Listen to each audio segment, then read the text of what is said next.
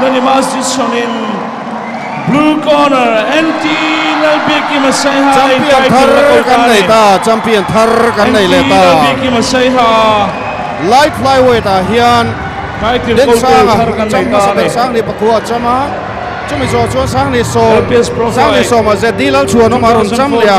sang ni so title go to LALBIAKKIMA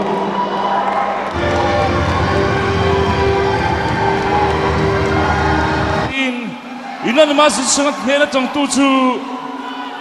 red corner LALBIAKKIMA say hi LALBIAKKIMA na kong khen ahum le ta aro pui hle mai kan lom pui tak set ani si ha kho pui lo min an awa si ha kho pui title fen chun som tu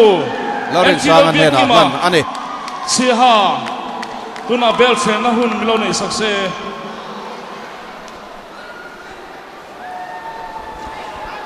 kan champion belt hi arit khop mai ke siria tarit ania dar ide mai an kopar thami kadiang lang asiam khania alayami te asira khen panioma cha bel bol tak mai ania in chi chan ve zeta cha ani zung khat bok zeta cha ania alien box sia aman la khop mai man la vio mai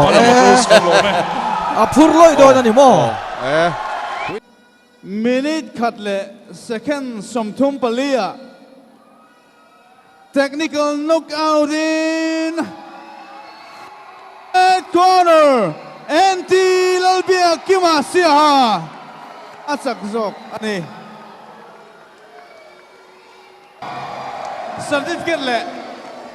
a belt le kan medical commissioner hi ayus how to pa hani boka no untuk makanan kolhok tak ada nih ayus ulam champion belt tak boleh tumna na freng le boleh tumna na freng LALBIAKKIMA light flyweight champion logo LALBIAKKIMA yan unanimous decision atsak zok chu LPS PROFIGHT champion line red corner LALBIAKKIMA Nusia ani LALBIAKKIMA sangni som pale champion sangni som panga champion sangni som paruga champion avoilina sangni som pasaria champion belt alaleta hani ro pui tu ga du sang na sang me thelo nun nei tu in timai tiang red corner LALBIAKKIMA light flyweight champion ani leta khomai takin local sela certificate le trophy min hlan sak nu hian kan sponsor double S industry hian a belt a sentir zingal don ani pakhat na hian pesa fai cheng singli a keng bokani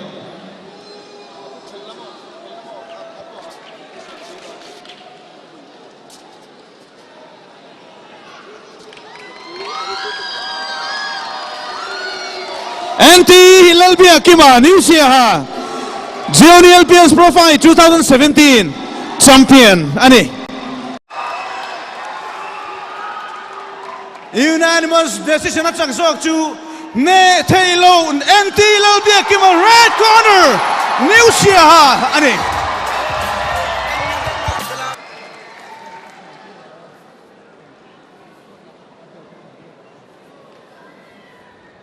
Lomon fight cheng singa pakhat na hian andonga